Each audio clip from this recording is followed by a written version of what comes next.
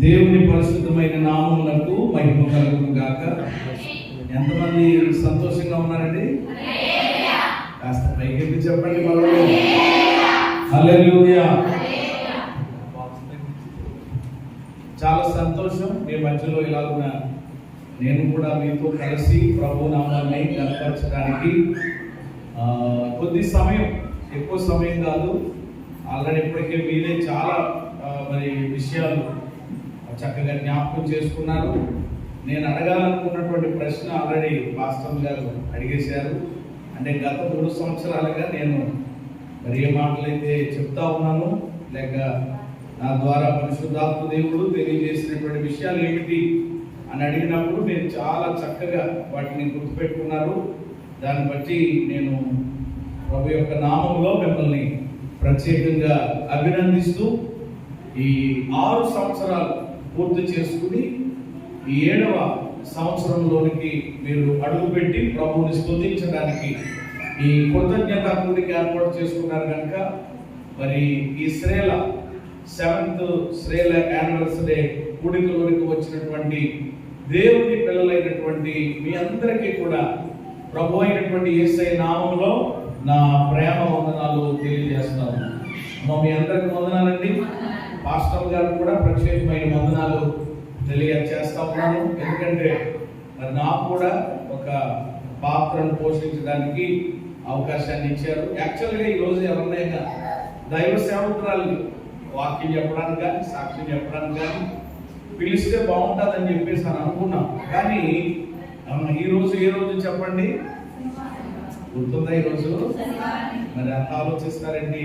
శనివారము తెల్లవారితే ఆదివారం కాబట్టి అందరికి ఏముంటాయి? ఆరాధనలు ఉంటాయి. కాబట్టి ఎక్కడి నుంచి వచ్చినా మళ్ళా వాళ్ళు ప్రయాసపడి సాయంత్రం వెళ్ళాలి, ఇబ్బంది అవుతుంది అనేటువంటి ఉద్దేశంతో చాలా ఎర్లీగా చాలా త్వరగా ముగించేయాలనేటువంటి ఉద్దేశంతో ఇంకెవరిని కూడా మరి ఈరోజు పిలవలేకపోయాం. ప్రార్థన చేయండి. దేవుడి చిత్తమైతే వచ్చే సంవత్సరం మనం ఎవరినైనా ప్రత్యేకమైన గెస్ట్ని మనం పిలుచుకుని వారి ద్వారా కూడా దేవుని వాక్యం నిజంగా నన్ను అడిగితే పాస్టర్ గారి విషయాలు ఎవరు తెలియజేస్తా ఉంటుంటే నాకు తెలిసి శ్రేయల గురించి ఎంతమంది ఉన్నారు బైబిల్లో, మరి అందరి గురించి చెప్పేశారేమో అనుకుంటున్నాను నేను. దేవునికి స్తోత్రం కలుగును కాక. మీరు చాలా ధన్యులు. చాలా మంది వాళ్ళ స్పందన కూడా పిల్లలు వెనకాల మాట్లాడకండి దయచేసి, కాస్త వాళ్ళని కిందకైనా పంపించేయండి. నేను ఎక్కువ సమయం మాట్లాడను. కొద్ది నిమిషాలు మనం దేవుని మాటలు శ్రద్ధగా విని దేవుని వాక్యము ద్వారా వచ్చేటువంటి వాక్య ఆశీర్వాదాలు కూడా మనం పొందుకుందాం. ఈ శ్రేల 7వ యానివర్సరీ సందర్భంగా స్త్రీలైనటువంటి మీ అందరికీ కూడా ప్రత్యేకమైనటువంటి శుభాకాంక్షలు తెలియజేస్తా ఉన్నాను. సియోనులో నుండి నా దేవుడు మిమ్మల్ని ఆశీర్వదించును గాక. చేతులు ఎత్తి మరొకసారి బిగ్గరగా స్తోత్రం చేద్దాం. హల్లెలూయా. ఒక ప్రశ్నతో నా యొక్క మరి వాక్యాన్ని నేను ప్రారంభించాలి అనుకుంటున్నాను.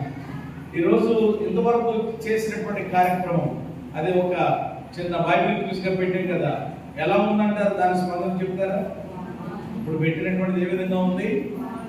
బాగుందా? ఎందుకంటే మీకు బాగా నచ్చి ఉంటుంది ఖచ్చితంగా. ఎందుకంటే మరి మనం విన్నటువంటి విషయాలు కూడా మళ్ళా మనం జ్ఞాపకం చేసుకోవడం అది చాలా అవసరం.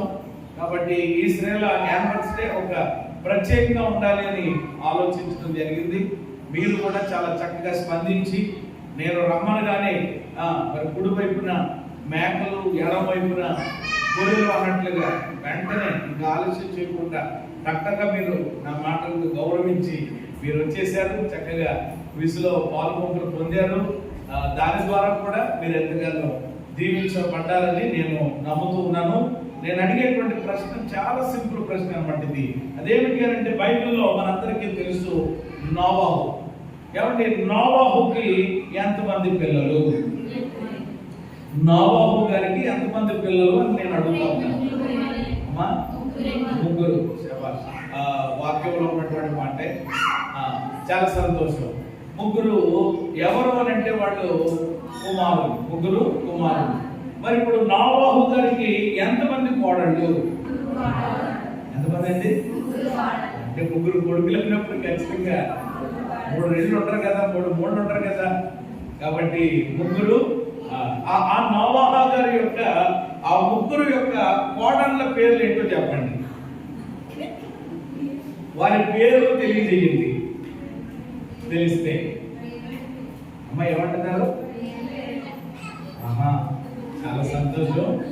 మంచిగా మీరు సమాధానం తెలియజేశారు. ఒకవేళ ఇదే ప్రశ్న నన్ను కనుక అడిగితే కనుక, పాస్టర్ గారు నోవాహు గారి యొక్క మరి కోడళ్ళ పేర్లు ఏమిటి అని అడిగితే కనుక నేను చెప్పే సమాధానం ఏంటంటే నాకు తెలియదు అని చెప్తాను. సింపుల్ అది కూడా చెప్పచ్చు. ఎందుకు తెలియదు పాస్టర్ గారు అని అంటే, ఇప్పుడు మీరు చెప్పిన మాటే వాళ్ళ పేర్లు పరిశుద్ధ గ్రంథంలో రాయబడలేదు కనుక మనకి తెలియదు. రాయబడితే ఖచ్చితంగా తెలుస్తుంది. వాళ్ళ పేర్లు మీరు తప్పకుండా చెప్తారు. అయితే ఒక అద్భుతమైన విషయం ఏమిటంటే, వారి పేర్లు బైబిల్లో రాయబడలేదు కానీ ఎవరి వారిని గూర్చి పరిశుద్ధ గ్రంథంలో ఒక వచనం రాయబడింది. వారి పేర్లు రాయబడలేదు కానీ వారిని గురించి పరిశుద్ధ గ్రంథంలో ఒక వచనం ఏమండి పరిశుద్ధాత్ముడు ఏమండి లిఖితం చేశారు. ఏమిటి ఆ వచనం? ఎవరైనా మీరు ఎక్స్పెక్ట్ చేయగలుగుతారా? ఆ వచనం ఎక్కడో ఏమన్నా మీరు తెలియచేస్తే కనుక, అదే అంటే కేవలము మీరు దేవుని యొక్క వాక్యం పట్ల మీకున్న ఆసక్తి, ఆ ప్రశ్న నాకు అర్థమవుతుంది కనుక, మేము చాలా సంఘాలకు వెళ్తా ఉన్నప్పుడు అక్కడ చూస్తున్నాం ఏమండి కనీసం చిన్ని ఏమండి వాటికి సమాధానం చెప్పలేనప్పుడు నిజంగా మన సంఘాన్ని బట్టి మిమ్మల్ని బట్టి నేను చాలా సంతోషిస్తా ఉన్నాను. దేవునికి స్తోత్రం కలుగుగాక. అంటే అలా మీరు చక్కగా నేర్చుకుంటున్నారు. నేర్పించడానికి పరిశుద్ధాత్మ దేవుడు కూడా మనకు సహాయం చేస్తున్నారు. గ్రంథాలు తెరిచి ఏమండి వాటిని చూస్తా ఉన్నారేమో. మంచిది. ఎవరికైనా కనబడిందా? సరే, ఇంకా ఎక్కువ సమయం వెయిట్ చేయకుండా మనం ముందుకు వెళదాం. ఈ రోజు నా వర్తమానం అదేనమాట. ఎక్కువ సమయం ఏం కాదు, వచ్చిన మీరే మాట్లాడతాను. ఆదికాండము 7వ అధ్యాయము 7వ వచనం. 7:7 అప్పుడు నోవాహును అతనితో కూడా ఉన్న అతని కుమారులను అతని భార్యను అతని కోడళ్ళను ఆ ప్రవాహ జలములో నుండి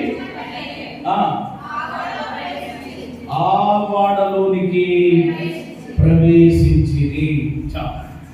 కాబట్టి ఇక్కడ మనము గమనించినట్లయితే ఈ పరిశుద్ధ వేద గ్రంథములో నోవాహు గారి యొక్క కోడళ్ళ పేర్లు రాయబడకపోయినా వారిని గురించినటువంటి ప్రస్తావన పరిశుద్ధాత్మ దేవుడు ఏమంటే ఈ వచనంలో ఏమంటే పొందుపరిచారు.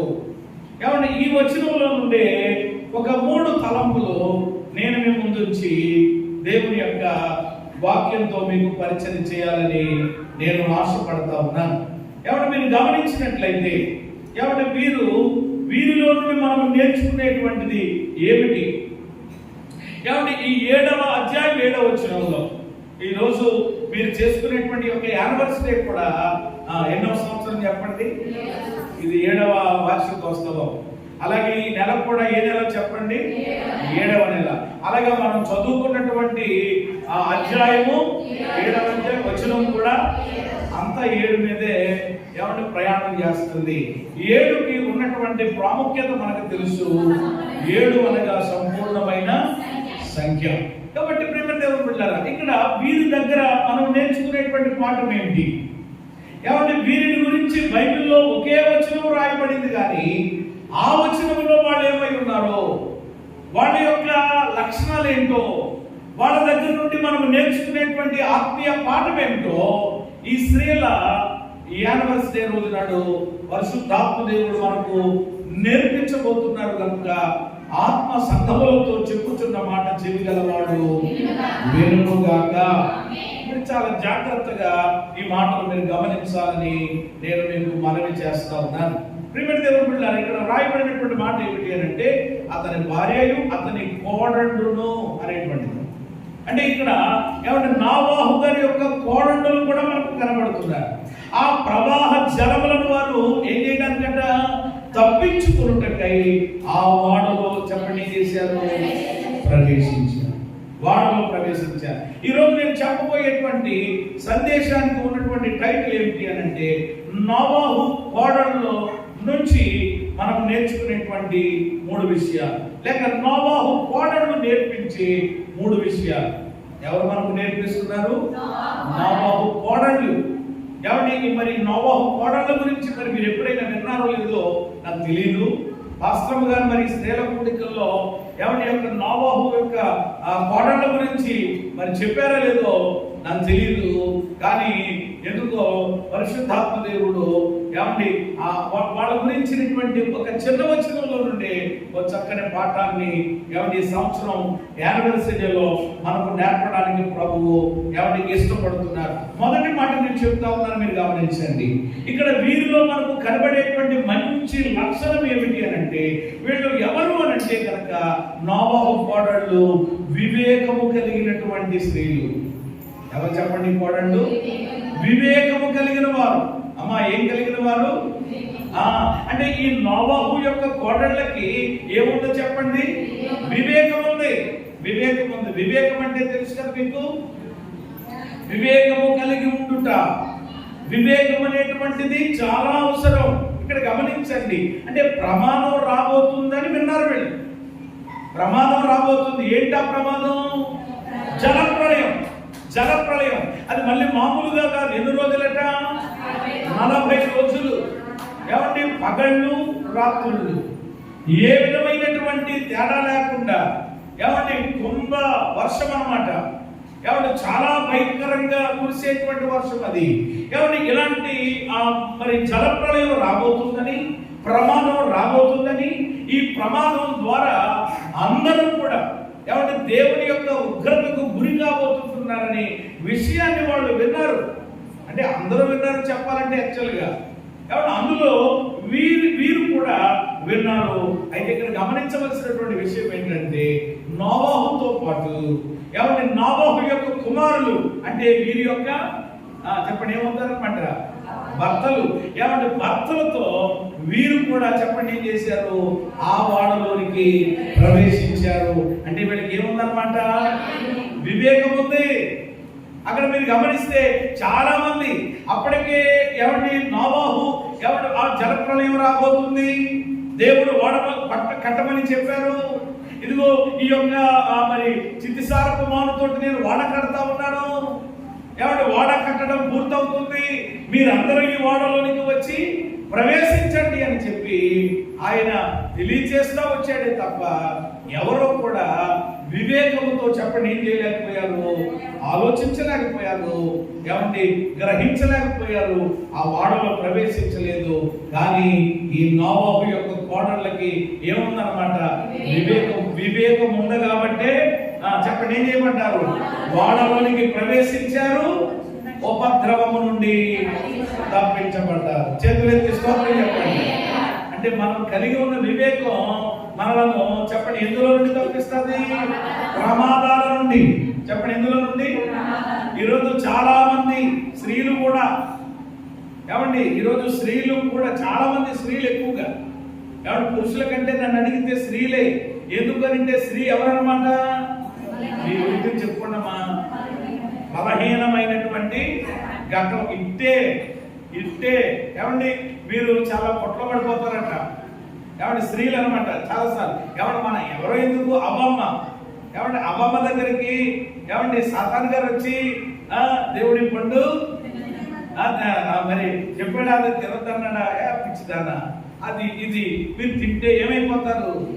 ఎక్కడ లేని అందం, ఎక్కడ లేని జుట్టు, ఎక్కడ లేని ఇంకా మాట్లాడితే చాలు కదా మీకు. ఇంకా అందుకని చూడండి కొన్ని వస్తూ ఉంటాయి కదా ప్రకటనలో, ఇదిగో ఇది కనుక రాసుకుంటే మీ జుట్టు ఏమైపోతుంది అనమాట, ఇప్పుడున్న దానికంటే ఏమైపోద్ది అని అంటే తర్వాత పొద్దు మీద కట్టలాగా ఏముండదు, తర్వాత ఉన్నది కాస్త ఊడిపోయే. ఏమంటే అలాగే ఈరోజు ఈజీగా ప్రకటనలకి, అందుకనే చీరల విషయంలోనైనా ఏమంటే సోపుల విషయంలోనైనా ఏ విషయంలోనైనా స్త్రీలు ఏమైపోతారనమాట. దేవుని కృపను బట్టి మేము అలా పడాం. దేవునికి స్తోత్రం కలిగింది. ఎక్కువే దేనికి ఎక్కువ అనమాట. అందుకని మాకు ఖర్చు కూడా తక్కువ. చాలా జాగ్రత్తగా. ఆయిల్ కూడా మాకు ఎంత పట్టదో చిల్లగా అలాగంటే చాలన్నమాట. మీకు కేజీలు టన్నులు కావాలి అంటే చూడండి, ఆలోచన చేయండి. ఎవరి స్త్రీ బలహీనమైనటువంటి ఘటన కనుక అంటే ఇప్పుడు అవకాశం దొరికింది మాకు అనమాట. ఇలా దేవుడు కృపను బట్టి ఇలాగా ఇది ఒక అవకాశాన్ని దేవుడు ఇచ్చాడు. ఎవరి స్త్రీల కుటుంబంలో ఎవరు ఆలోచన చేయండి, జాగ్రత్తగా వినండి. అవ్వమ్మ మోసపోయి దేవుడు తినవద్దు అన్న ఆ పండు తినడానికి, ఆ తోటలో నుండి వెలివేయబడడానికి, దేవుని యొక్క మహిమను పోగొట్టుకోవడానికి ఏమిటి కారణం అంటే చెప్పండి, ఏమి లేకపోవడం? వివేకం లేకపోవడం. నిజంగా కనుక అవ్వమ్మకి ఏముంటే? వివేకం ఉంటే చెప్పండి ఆ పరిస్థితి జరగకపోనేమో. సాహిత్యంతో ఏమన్నారన్నమాట, ఏంటండి ఈ పండు తింటే దేవతలం అవుతామా, ఇంకోటి అవుతామా, ఉండలాగా. ఇదిగో మా ఆయన రాని, ఎవరు రావాలి? ఆదాము గారు రాని. ఆదాము గారు వచ్చిన తర్వాత అప్పుడు మాట్లాడదామని వచ్చారు. కానీ అంతగా ఏమీ ఆలోచన చేయలేదు. ఏమండి సైతాను మాటలు విన్నది, ఏమండి ఆ మాటల్లో పడిపోయింది, మోసపోయింది, పండు తిన్నది. చెప్పండి ఇన్ని బాధలు మనకి తెచ్చిపెట్టింది. దేవుడికి స్తోత్రం చెప్పండి. స్తోత్రం చెప్పమంటారు ఏంటి అని అనుకోవచ్చు. ఏది ఏమైనా ప్రతి విషయం నందు దేవుడికి ఏం చెల్లించాలి కాబట్టి నేను ప్రభువును స్తుతించమన్నాను. మీరు వేరే రకంగా కాబట్టి ఆలోచన చేయకూడదు. కాబట్టి రోజు వివేకం లేకపోవడం వలన, కాబట్టి జ్ఞానం లేకపోవడం వలన ఈరోజు చాలా మంది స్త్రీలు ఎందులో పడిపోతున్నారు? ప్రమాదాల్లో పడిపోతున్నారు, ఇబ్బందుల్లో పడిపోతున్నారు, అప్పుల్లో పడిపోతున్నారు. జ్ఞానం లేని తర్వాత అయ్యి బాబు ఈ విషయం కనుక మా ఆయన గారికి తెలిస్తే నన్ను ఊరుకుంటాడా? పాస్టర్ గారు ఏమైపోతాడు బాబు ఎవరికి తెలియకుండా మీకు ప్రార్థన చేస్తారని చెప్తున్నానండి. 5 లక్షలండి. ఎన్ని లక్షలంట? తిని తినకుండానండి. అప్పుడప్పుడు ఆయన జేబుల నుంచి కొట్టేసండి. 5 లక్షలు ఏం చేసి కూడగట్టి 5 రూపాయలు వడ్డీ వస్తుంది కదని చెప్పి ఏం చేశాను? ఇచ్చానండి. మనిషి లేదు, మాట లేదు, సెల్ ఫోన్ లేదు, ఏమీ లేదు. ఏమంటే గుండెలో ఏమంటే చాలా ఆ రోజు నుంచి నాకు మనిషి అలా సెవగా తయారైపోయింది అనమాట అండి. తిండి అవ్వలేదు. అన్నం దగ్గరికి వెళ్ళేటప్పటికి ఏం చెప్పబోతుంది? 5 లక్షలు ఎదుర్కొండా కనపడుతుంది. ఆలోచన చేయండి, ఏమి లేదనమాట స్త్రీకి. అన్నారు ఎవరైనా? ఆలోచన చేయండి ప్రియమైన దేవుని బిడ్డలారా. ఈ రోజు ప్రతి స్త్రీకి కూడా వివేకం అనేటువంటిది చాలా అవసరం. ఇది నేను చెప్పే మాట కాదు. సామెతల గ్రంథం 11వ అధ్యాయము 22వ వచనంలో సొలొమోను ఏమన్నారో ఒకసారి ఆ మాట చదువుకుని 2వ మాట దగ్గరికి వచ్చేద్దాం త్వరగా. వివేకము లేని సుందర స్త్రీ ఏంటంటమ్మా? పంది ముక్కునున్న బంగారు కమ్మి వంటిది. అబ్బో ఎంత బాగుందండి. ఏ ముక్కునుందటండి?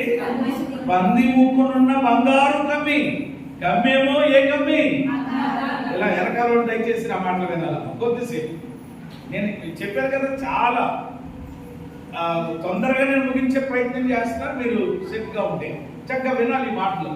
ఏమండి వివేకం లేకపోతే, వివేకము లేని సుందర స్త్రీ ఏమో ఎవరట?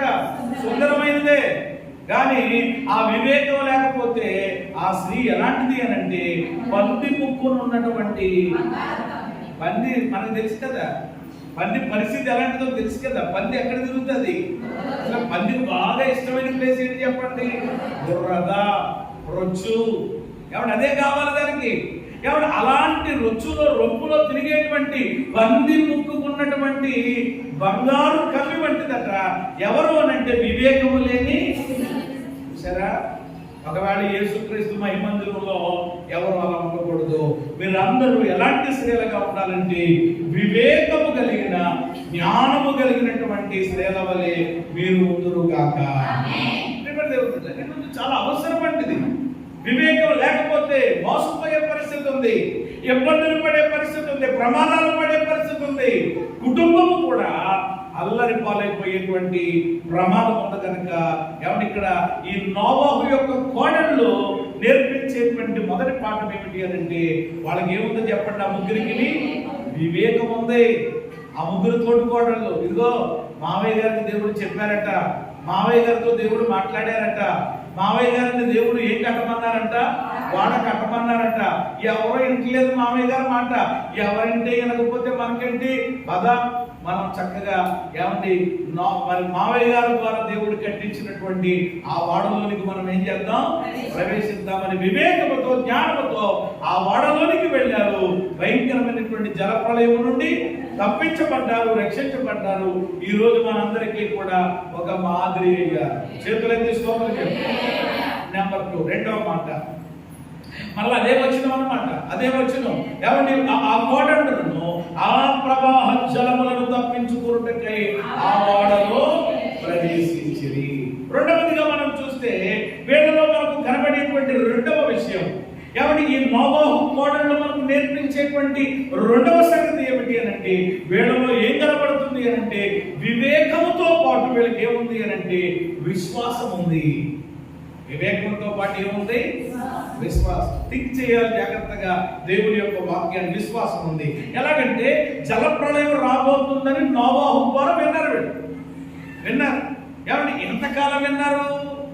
ఏమండి, ఎన్ని సంవత్సరాలు విన్నారు అనంటే, బైబిల్ యొక్క లెక్కల ప్రకారం ఏమంటే నోవాహు అంట ప్రియమైన దేవుని బిడ్డలారా ఎన్ని సంవత్సరాలు సువార్త ప్రకటించాడు అనంటే ఈ సంగతిని బట్టి 120 సంవత్సరాలు. ఎన్ని సంవత్సరాలు? 120 సంవత్సరాలు నోవాహు గారు ఏం చేశారట? ఇదిగో జలప్రళయం రాబోతుంది, భయంకరమైన ఉప్పెన రాబోతుంది, భయంకరమైన ఉపద్రవం రాబోతుంది, దయచేసి మీరందరూ కూడా ఓడలోనికి ప్రవేశించండి, రక్షించబడండి అని చెప్పి సువార్త ప్రకటిస్తే చాలా మంది ఏం చేశారు? సువార్త విన్నారు, కానీ ఏం చేయలేదు, మాట్లాడేమ్మా, విశ్వసించలేదు. కానీ ఈ ముగ్గురు కోడళ్ళకి మాత్రం ఏం కలిగింది అనమాట? బైబిల్ కూడా అదే చెప్తుంది. విశ్వాసం ఎలా కలుగుతుందట? వినుట వలన విశ్వాసం కలుగుతుంది. వీళ్ళు విన్నారు, అవును దేవుడు ఏది చెప్తే అది ఖచ్చితంగా ఏమవుతుంది. ఏమన్నా విశ్వాసం లేదు కాబట్టి చాలా మంది ఏం చేశారు? ప్రవేశించలేదు లోపలికి. చూద్దాంలే, నోవాహు గారు ముసలాడు, అప్పటికైన వయసు ఎంతట? అమ్మా, ఈ వాడ కట్టేటప్పటికి, ఈ వాడలోనికి చేరేటప్పటికి నోవాహు గారు వయసు ఎంత? 600 సంవత్సరాలు. బాబోయ్, ఎన్ని సంవత్సరాలు? 600 అండి, 60 కాదు.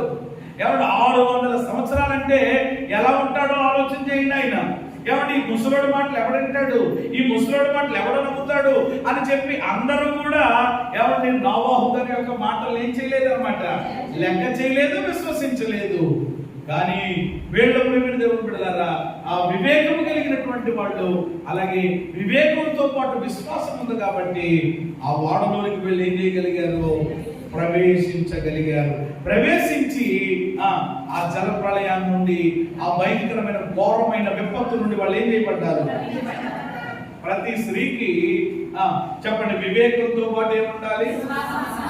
విశ్వాసం కూడా చాలా అవసరం. నాకు సహోదరు చెప్పారు కదా, విశ్వాసం లేకుండా ఒకడు దేవునికి ఇష్టమై ఉంటుందా? చాలా అవసరం.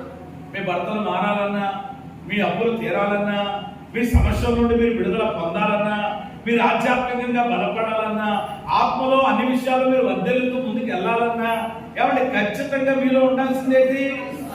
మాట్లాడేమ్మా, విశ్వాసం ఉండాలి. విశ్వాస వనితలుగా మారిపోవాలి మీరు, విశ్వాస గృహిణులుగా మారిపోవాలి మీరు.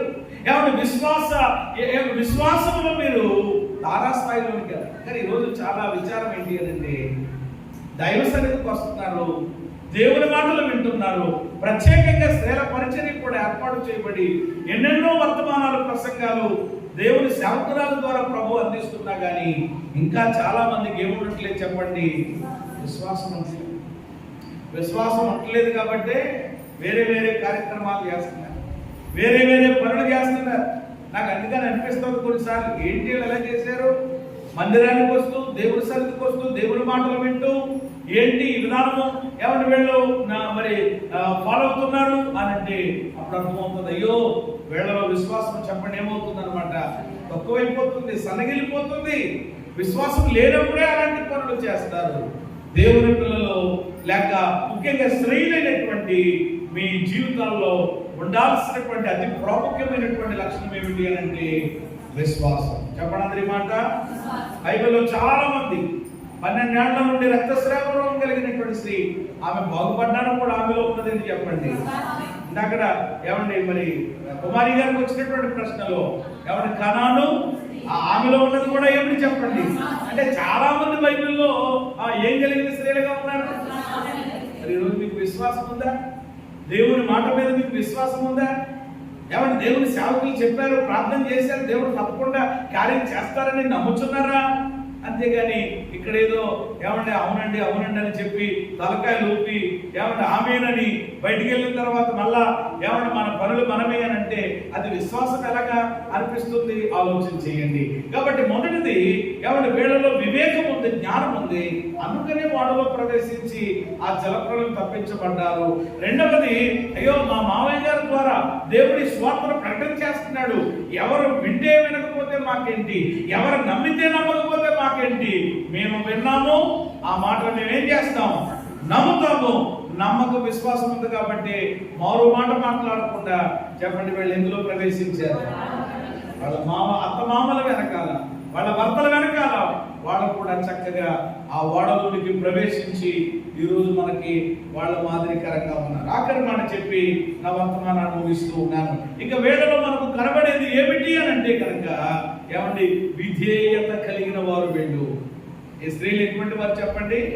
నోవహు కోడళ్ళు ఏమంటే విధేయత కలిగినటువంటి వారు. వీళ్ళలో ఏముంది అని అంటే కనుక విధేయత ఉంది, విధేయత ఉంది, విధేయత ఉంది అని ఇక మళ్ళా ప్రత్యేకంగా నేను చెప్పగలదు కదా. ఆ మాటలోనే ఎవరు మరొకసారి మనం చదువుకోవచ్చు. నోవహును అతని కుమారులను అతని కోడళ్ళను ఆ ప్రవాహ జలములను తప్పించుకున్నట్టుకై ఆ ఓడలో ప్రవేశించింది. మొదటిగా మీరు 7వ అధ్యాయం 1వ వచనం కనుక చదివితే అక్కడ దేవుడు ఏమన్నాడో చూడండి ఒకసారి. యెహోవా ఈ తరము వారిలో నీవే నా ఎదుట నీతిమంతుడవై ఉండడం చూచింది కనుక నీవును వారు వాడలో ప్రవేశించుడి అంటే దేవుడు ఏమని చెప్పాడు? ప్రవేశించుడి, ఆహ్వానం, ప్రవేశించండి.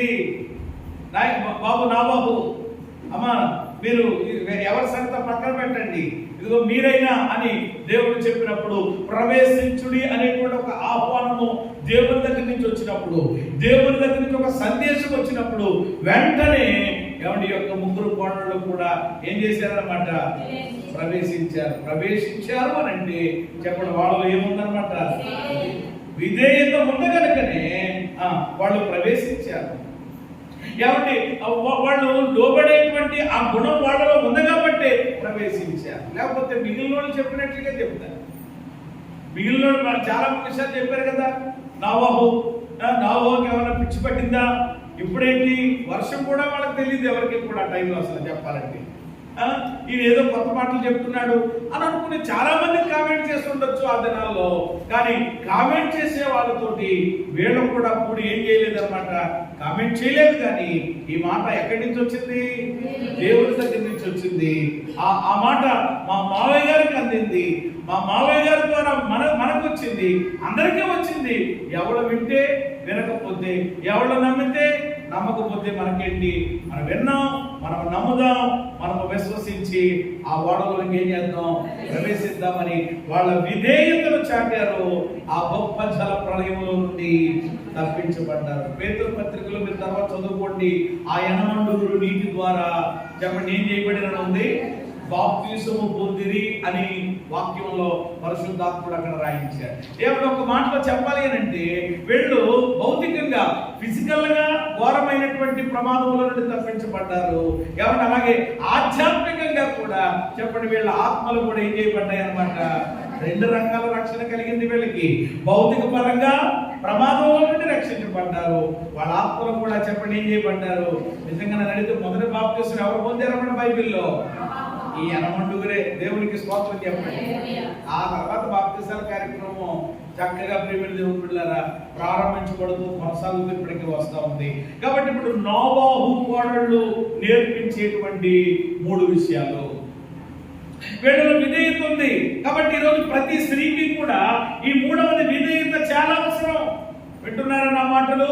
ఎవరు మొట్టమొదటిగా ఎవరి దేవునికి మీరు చెప్పండి ఏం చేయాలి? లోబడాలి, విధేయత చూపించాలి దేవునికి, దేవుని వాక్యానికి కూడా. రెండవది ఎవరికి మీరు విధేయత చూపాలి అని అంటే మీకు దేవుని వాక్యముతో పరిచర్య చేస్తున్నటువంటి ఆత్మీయ తల్లిదండ్రులకు, దైవ సేవకులకి కూడా చెప్పండి ఏం చూపించాలి? విధేయత. అలాగే మీ కుటుంబంలో ఉన్నటువంటి పెద్దలు, మీ తల్లిదండ్రులు, మీ అత్తమామలు అంటే పెళ్ళై వివాహం అయ్యి ఇక ఒక ఇంటికి నువ్వు వచ్చేసావు అని అంటే కనుక, ఏమంటే ఇప్పుడు అత్తింట్లోని ఉన్నావు అని అంటే కనుక ఖచ్చితంగా అత్తగారికి మామగారికి ఏమంటే ప్రతి కోడలు చెప్పండి ఏమి కలిగి ఉండాలి? చెప్పారులే మీరు, ఏం తెలుసు మీకు అంటారు కొంతమంది.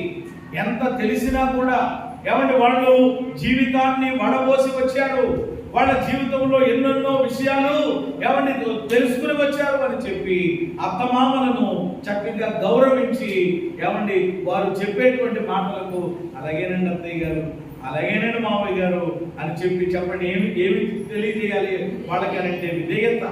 ఈరోజు కోడల బిడ్డల్లో అది కనిపించట్లేదు, చాలా తిరిగేస్తున్నారు అనమాట.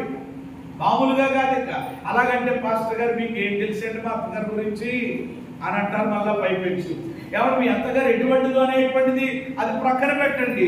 వాక్య ప్రకారంగా వాళ్ళు ఎలాంటి వారైనప్పటికీ కూడా ఏమంటే ప్రతి గోడలో కూడా ఖచ్చితంగా ప్రియమైన దేవుని బిడ్డలు ఏం చూపించాలి?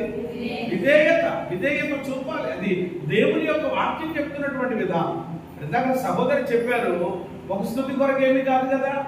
ఏమంటే ఇప్పుడు ఆవిడ చెప్తానే కదా, ఆవిడ ఇంటికి కూడా వెళ్ళినప్పుడు మా తల్లిగారు ప్రియమైన దేవుడు బిడ్డలారా, అమ్మ మీ బిడ్డల్ని దేవుడు వాడుకుంటున్నారు అని అంటే ఆమె కూడా అక్కడ ఇచ్చినటువంటి సాక్ష్యం అదే. చాలా పర్యాలు మరి అష్టమ్మ గారు కూడా ప్రతి విషయంలో కూడా అంటే ఆమె ఏమంటే దేవుని యొక్క భక్తిలో ఈరోజు పరిచర్యలో ఎవరు నా భర్త ఉన్నారు అని అంటే అది దేవుని యొక్క సేవకు వాళ్ళు సమర్పించినటువంటి విధానమే కదని చెప్పి ఏమండి ప్రతి విషయానికి కూడా ఏమండి పెద్దలుగా వాడు ఉన్నారు కనుక ఏమండి ఆమె దగ్గర నుంచే ఏమండి మా ప్రార్థన ఆశీర్వాదం తీసుకోవడమైనా ఏదైనా ఆ విధేయత కనపరచడానికి ప్రభువు ఏమండి దేవుడు తన దాసురాలకి సహాయం చేస్తూ వచ్చారు అని చెప్పడంలో ఏమాత్రం అనుమానం లేదు. దేవునికి స్తోత్రం కలిగింది. ఎవరు మీరు గమనించారు, మీ ఇంటికి ఎవరైనా వచ్చి మేము వింటున్నారు, మీరు కోడళ్ళు ఇక్కడ చాలా మంది ఉన్నారు కదా, అంటే అత్తగారిని మామగారిని గౌరవించడం అంటే చెప్తున్నాను. అంటే మీకు అంత గౌరవం లేని వాళ్ళు ఏమీ కాదు, గౌరవిస్తున్నారు అయినా చెప్తున్నాను అనమాట. ఏమంటే ఏదో పట్టుకొచ్చారు, ఎవరో మీ బంధువులు మీ యొక్క ఇంటి వాళ్ళు ఆ ఫ్రూట్స్ లేకపోతే స్వీట్స్ ఏదో ఏమంటే తీసుకొచ్చినప్పుడు ఏమంటే ఖచ్చితంగా అంటే విధేయత అంటే లోపడటం అంటే మంచి మనసు కలిగి ఉండడం అంటే చెప్తున్నాను అనమాట. ఏమంటే నువ్వు అక్కడ ఉన్నావు, ఉదాహరణకు వాళ్ళు తీసుకొచ్చి అత్తగారికి కోడలకి ఇద్దరికి కూడా ఎవరు తీసుకుంటారని ఇదిగోండి తీసుకోండి అని అంటా ఉంటుంటే ఏమన్నా ఇప్పుడు కోడలుగా అసలు నువ్వు చేయాల్సినటువంటి పని ఏమిటి అని అంటే కనుక ఇవ్వండి నాకు ఇవ్వండి అని చెప్పి ఏం చేయకూడదు అనమాట, కంగారు పడక్కర్లేదు. అత్తయ్య గారు నేను తీసుకోండి. అప్పుడు అత్తయ్య గారు ఏం చేయాలన్నమాట, దానికే ఉందమ్మా నువ్వు తీసుకో, ఎవరు తీసుకుంటే ఏమైపోయింది అంటే చూసారా, అంటే వాళ్ళిద్దరిలో ఏమున్నట్టు అనమాట. అది ఇప్పుడు ఇది లేదు కదా, ఏమంటే ఒక్కొక్కళ్ళు హడావుడిగా చేసేసారు వెంటనే. అవి పట్టుకెళ్ళి ఏమంటే చెల్లా చెద్దరు చేసేసో లేకపోతే ఎక్కడ పెట్టు మాయం చేసి ఏం చేసో కనీసం వాళ్ళకు కూడా వాసన కూడా రాకుండా అది ప్రేమ దేవుడు పిల్లలు చాలా సందర్భాలు అలా చూసినప్పుడు పాస్టర్ గారు అయితే అతిగా అలా కాదమ్మా మీరు అలా అయినా పెద్దలుగా ఉన్నారు అంటే మా అమ్మగారు ఎప్పుడు ఏమనేవారు అంటే మేము ఎంత పెద్దోళ్ళమైనా కానీ మీరు ఎవరన్నమాట దేవుడి సేవకులు ఏం పర్వాలేదని ఆమె కూడా అలా మాట్లాడారు. మరి వాళ్ళు ఆ రకంగా ఏకీభవించారు కనుకనే ఎవరి ప్రేమ దేవుడు బిడ్డారా మరి చాలా సంవత్సరాలు అలాగున చక్కగా వాళ్ళు ప్రయాణం చేయడానికి ప్రభు సహాయం చేస్తూ వచ్చారు. కాబట్టి ఈరోజు ఈ విధేయత అనేది వాడల్లో ఖచ్చితంగా ఉండాలండి. ఎవరు మీ అత్తగారి గురించి చెప్పకండి, అలాగంటే మీ గురించి కూడా ఉంటాయి. ఏమండి ఎవరిలో కూడా ఏమంటే ఒకవైపే నేను మాట్లాడటం లేదు, అంతేగాని రెండు వైపులు కూడా ఏమన్నా కొంతమంది వాక్యం వినేటువంటి విషయంలో కూడా ఎలా ఉంటారనంటే ఓ పాస్టర్ గారట సంఘంలో చెప్తున్నారట ఏమనంటే స్త్రీలారా మీ యొక్క భర్తలకు మీరు ఏమవ్వండి అంటే పురుషులందరూ ఏమనుకుంటున్నారంట ఇంకా కొనుక్కోండి. ఈరోజు పాస్టర్ గారు ఎవరి గురించి చెప్పారనమాట, నిజమే అలాగే వెంటనే మైండ్ ఎట్టేసి ఎలా చూస్తారు అనమాట గురించే అని ఇలాగా ఏమంటే ఏమంటే స్త్రీలారా అని చెప్పేశారు. ఏమంటే మరలా ఏమంటే పురుషులారా అని అన్నాడండి. అంటే బైబిల్ ఇప్పుడు ఏమంటే రెండు రకాలుగా బోధిస్తుంది, ఒకరి గురించే కాదు కదా. ఏమంటే పురుషులారా మీ యొక్క భార్యలను ఏం చేయండి, ప్రేమించండి. మరి స్త్రీలారా మీ భర్తలకు మీరు ఏమవ్వండి. ఈ రెండు మాటలని వీళ్ళు ఇంటికి వెళ్ళి గొడవ పెట్టుకున్నారండి. వీళ్ళ ఇంటికి వెళ్ళి గొడవ పెట్టుకుని ఇంటికి గొడవ పెట్టనమాట. ఇదిగో నువ్వేమో ఏం చేయమన్నారు? ప్రేమించాలంట. ప్రేమిస్తున్నావా అని చెప్పి సాధిస్తుందంట. ఆయన అన్నాడట, నువ్వు లోపడుతున్నావా అని అన్నాడు. ఇంతకేం చేశారనమాట అంటే వాక్యానికి విధేయత చూపడం పక్కనెట్టారు. ఇప్పుడు వెళ్ళి వాక్యానికి ఇద్దరు ఏం చేశారు? అయితే సర్లే నేను ఏం చేయను అనమాట, ప్రేమించను, నువ్వు లోపడు పక్కనెట్టే, తర్వాత వెళ్ళిపోతామని చెప్పి అటొకళ్ళు ఇటొకళ్ళు తిరిగి పడుతున్నారంటే అయిపోయిందా. ఈరోజు చాలా మంది కుటుంబాల్లో ఇలాంటి దేవుని యొక్క వాక్యం వచ్చినప్పుడు అది నీ కొరకు అని అనుకోవడం అవుతుంది తప్ప అది నా కొరకు అని చెప్పి దేవుని వాక్యానికి మనం విధేయత చూపిస్తే విధేయతలో ఉన్న ఆశీర్వాదాలన్నీ మనం ఏం చేస్తాం? సొంతం చేసుకుంటాం. చేతులు తీసుకోవడం. ఆ మాటలు నేను ముగిస్తున్నాను. బైబిల్లో నోవాహు యొక్క కోడళ్ళ పేర్లు రాయబడకపోయినా వాళ్ళ గురించి పరిశుద్ధాత్మ వచనం రాయించారు.